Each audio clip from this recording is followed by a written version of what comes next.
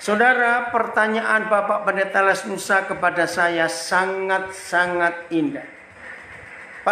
Pak Les Nusa tanya buat saya, Koden, yang penting bagaimana? Bercocok tanaman atau Tuhan? Jawaban Koden, Pak Les Nusa, dua-duanya. Tuhan tidak bisa dilepaskan tanam-tanaman. Kami tidak bisa dipisahkan dari Tuhan. Justru ini tema yang Koden tulis di Facebook dan Instagram Koden, Pak Les Nusa.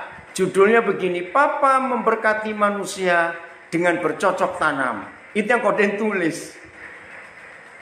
Betul. Hari ini saudara kita mendengar berita yang menakutkan. 3 negara Asia menyatakan diri sekali.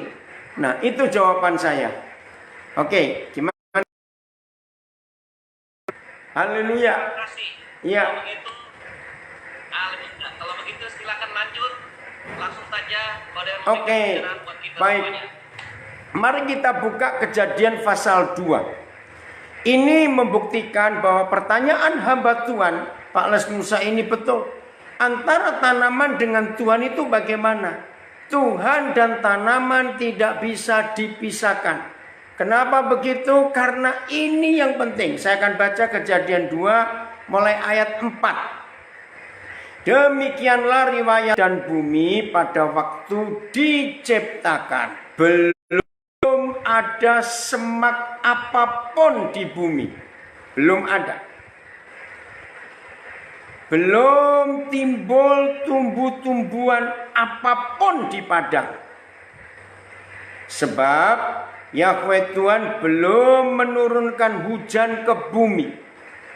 Dan belum ada orang untuk. Saudara perhatikan kata belum. Lalu apa yang sudah? Firman belum ada tumbuhan. Belum apa itu semak apapun. Turunkan hujan, belum ada orang yang mengusahakan tanah. Lalu yang ada itu apa? Perhatikan ayat yang ke-6. Tetapi ada kabut naik ke atas dari bumi dan membasahi seluruh permukaan bumi itu. Kalau nggak salah Pak Grant ya, yang dari Amerika itu bicara soal mulsa. Ya, dia menyebut God's blanket, itu menarik, selimutnya Tuhan. Nah, saya itu cari di Alkitab, dari mana suara kita ini bisa menemukan istilah selimutnya Tuhan, God's blanket. Itu luar biasa, saudara. Jadi setelah Papa di surga selesai menciptakan langit, tapi bumi ini belum ada tumbuhan, belum ada semak, belum ada hujan, belum ada manusia. Tapi Kejadian 2 ayat 6, kita ada kabut naik ke atas dari bumi dan membasahi seluruh permukaan bumi. Saya menangis ketika Tuhan menunjukkan ayat ini. Terus terang, seumur hidup saya itu baru dengar pertama kali. Ya, saudara, seringkali kita mendengar kata sejenisnya. Kalau saya salah minta maaf kepada para ahli. Kita mendengar kata hara.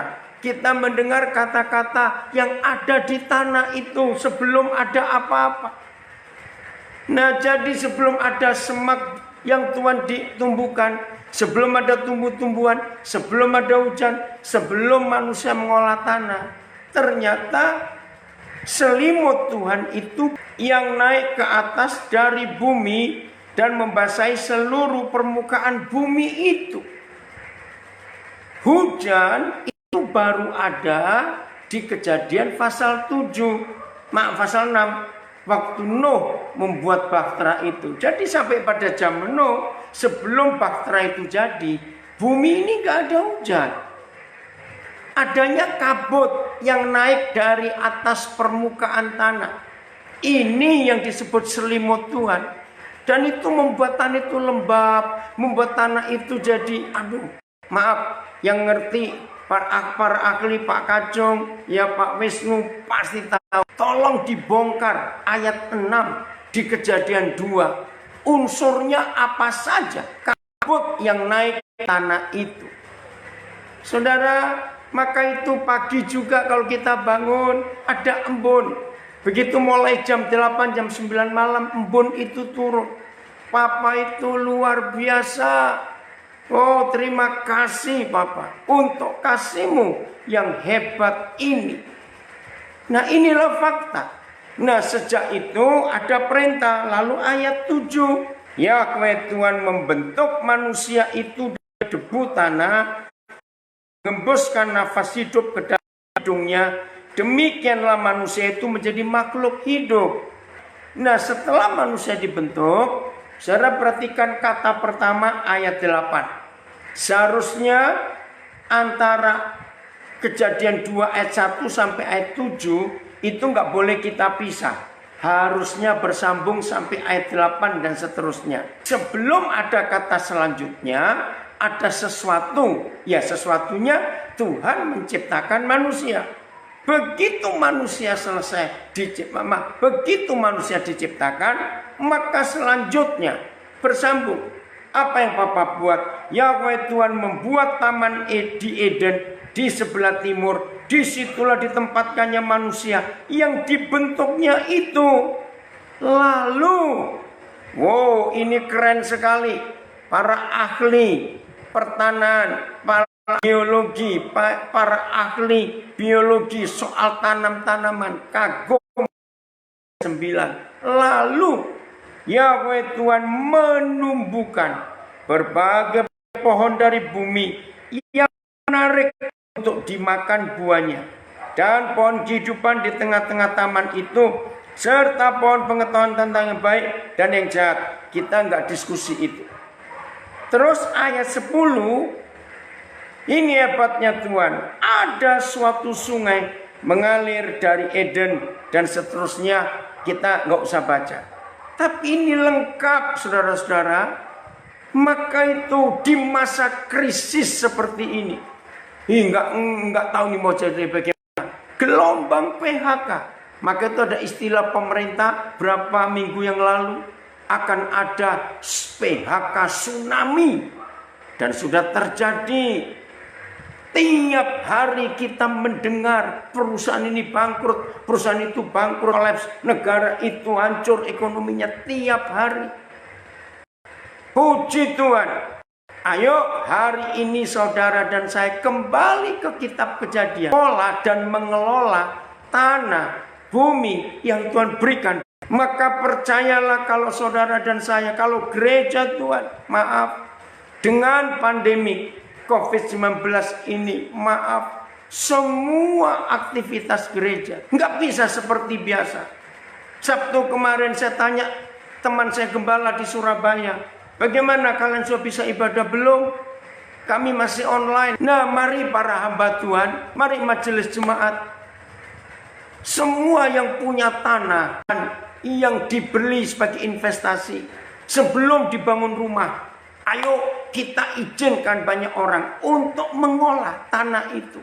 Pasti kita nggak akan kekurangan, pasti kita nggak akan kelaparan, karena dijamin oleh Tuhan. Ini luar biasa. Kejadian 3 ayat 20. Lalu Yahweh Tuhan mengusir dia dari Eden. Jadi usir. Tapi lihat yang penuh belas kasihan, sudah dihukum karena jatuh dalam dosa.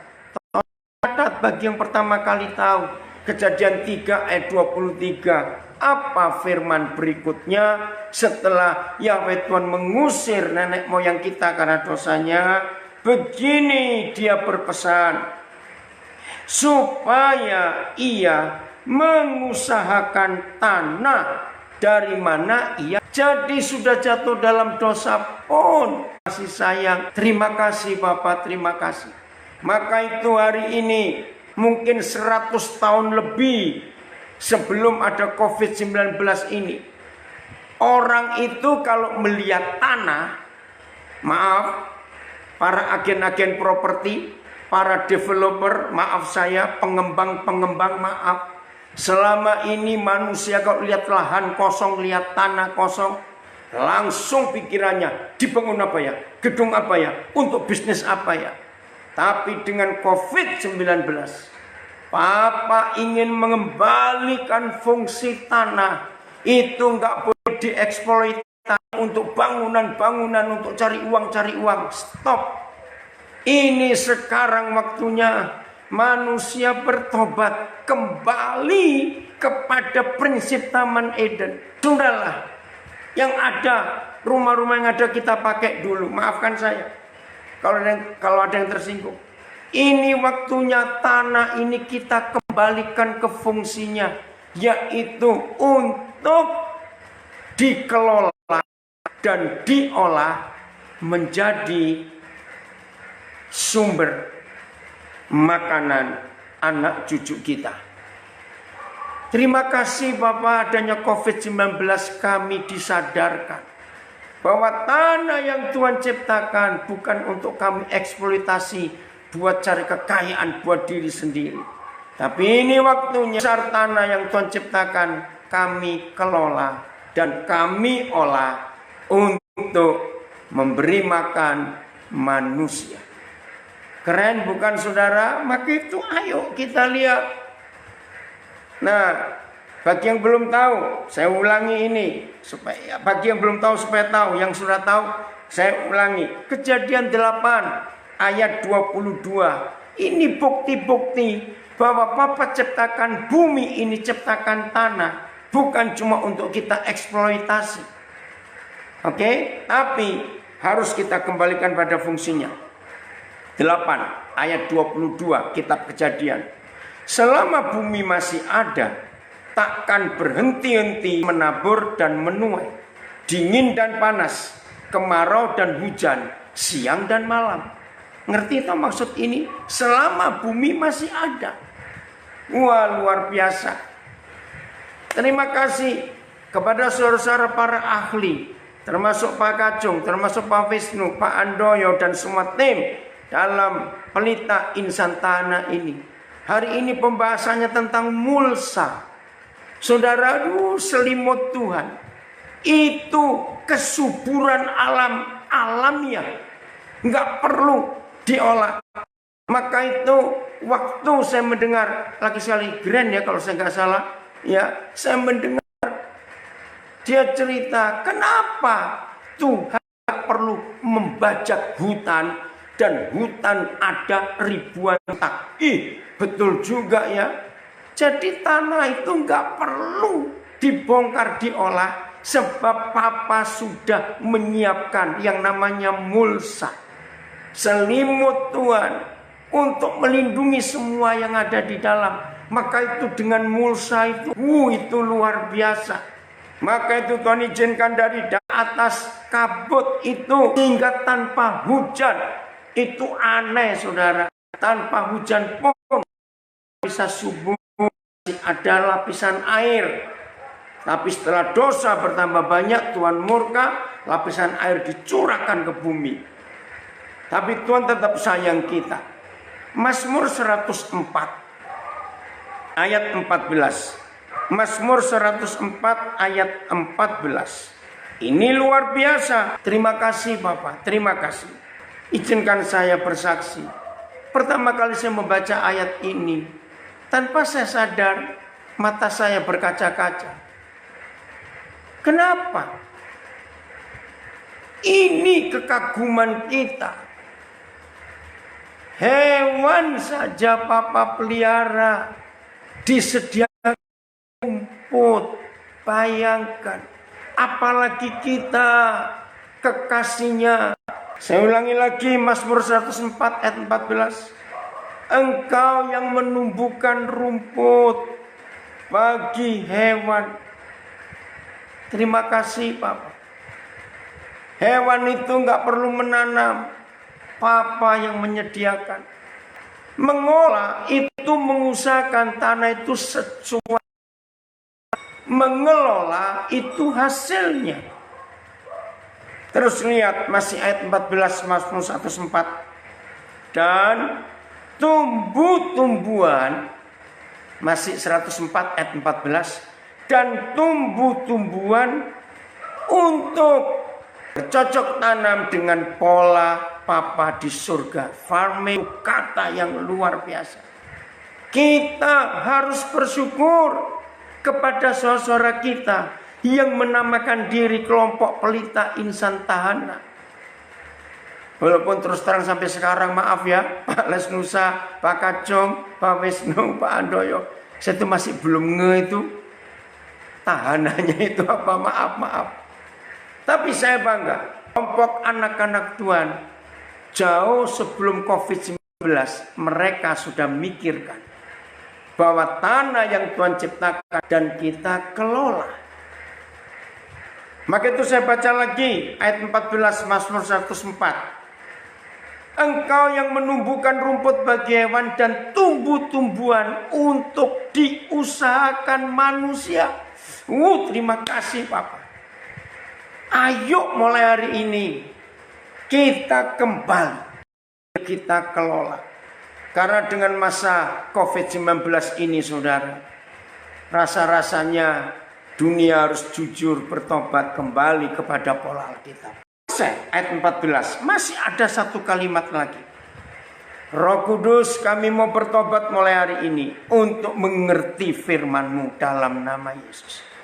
Saudara tolong catat kalimat terakhir ayat 14. Ini maha penting. Maka itu yakinkan diri saudara. Kalau kita enggak rakus, kita bertobat, kita tidak mengeksploitasi tanah dengan kejahatan, menciptakan pupuk organik, menciptakan zat-zat kimia untuk membuat semuanya instan. Hari ini kita bertobat. Kalimat ini, pasal 14 ayat terakhir. Saudara, saya nggak tahu bagi yang pertama kali baca ayat ini muncul apa di hati saudara, muncul apa di benak saudara tentang kebaikan Papa di surga yang mengeluarkan dari dalam tanah. Haleluya.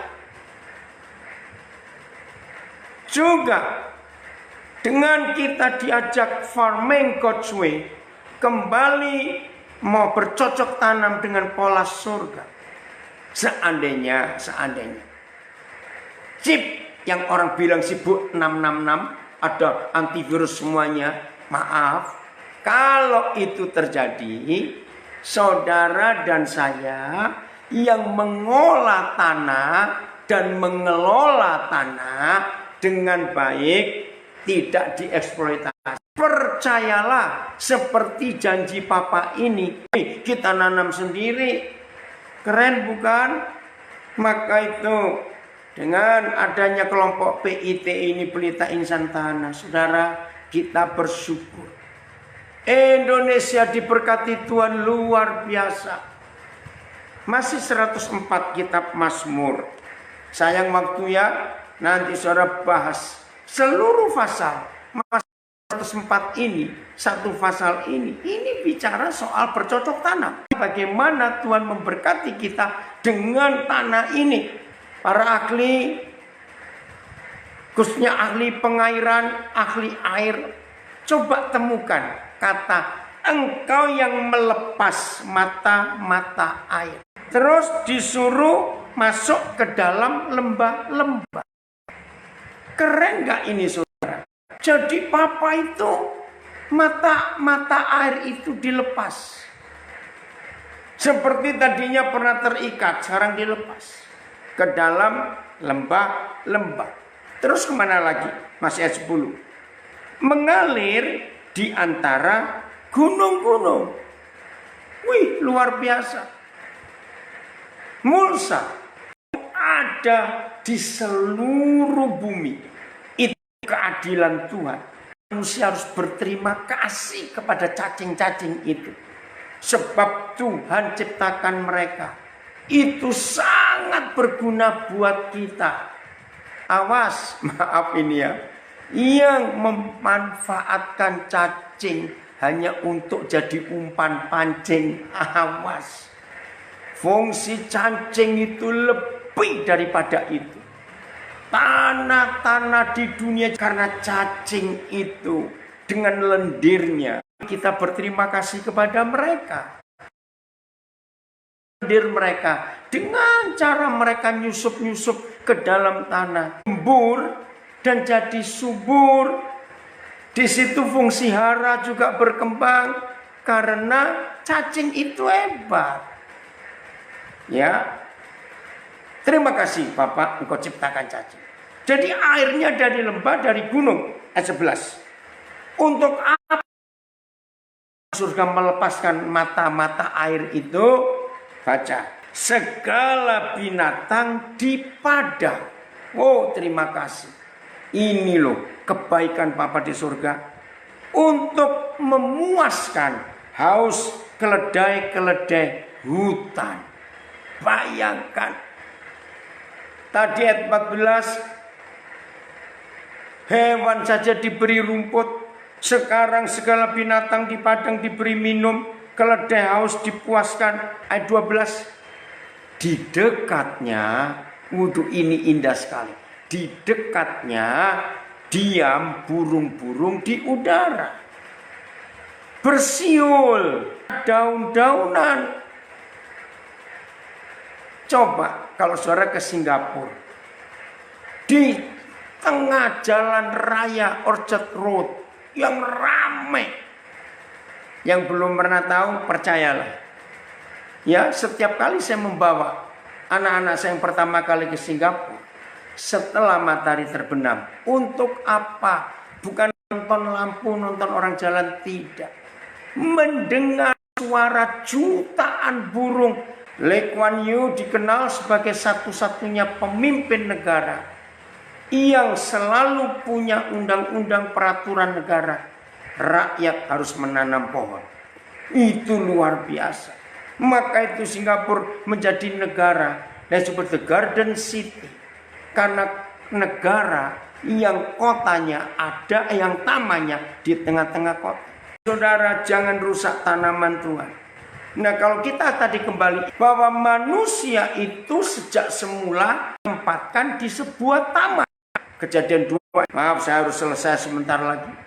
Nah, begitu luar biasanya Tuhan menempatkan kita di sebuah taman supaya ini dia, supaya manusia itu hidup dari tanah itu.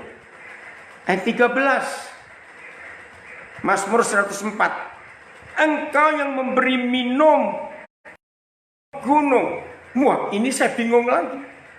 Ternyata enggak cuma manusia, enggak cuma binatang yang perlu minum. Ternyata gunung-gunung juga perlu minum. Ini luar biasa, saudara. Engkau yang memberi minum gunung-gunung supaya ada air. Dan dari gunung pasti tinggi, air mengalir ke bawah, ke lembah, ke manusia. Engkau yang memberi minum gunung-gunung dari kamar-kamar lotengmu. Wih. Berarti Papa di surga punya loteng, punya tingkat 2, kamar-kamar isinya air. Itu untuk menghidupkan tanah, untuk menghidupkan pohon-pohonan. Terima kasih. Bumi kenyang. Puji Tuhan. Bumi kenyang dari buah pekerjaan Tuhan. Maka kalau bumi bisa kenyang karena pekerjaan Bapa kita, otomatis saudara dan saya juga ikut kenyang dan tidak akan ada kelaparan. Terima kasih Bapa untuk kebenaran ini. Pakai Tuhan anak-anakmu di pelita insan tahana ini supaya di Indonesia dan di dunia. Terima kasih. Tuhan Yesus memberkati kita semuanya. Sungguh mari kita mengolah dan mengelola tanah yang Tuhan berkatkan kepada kita. Shalom semuanya. Hebat Tuhan kita.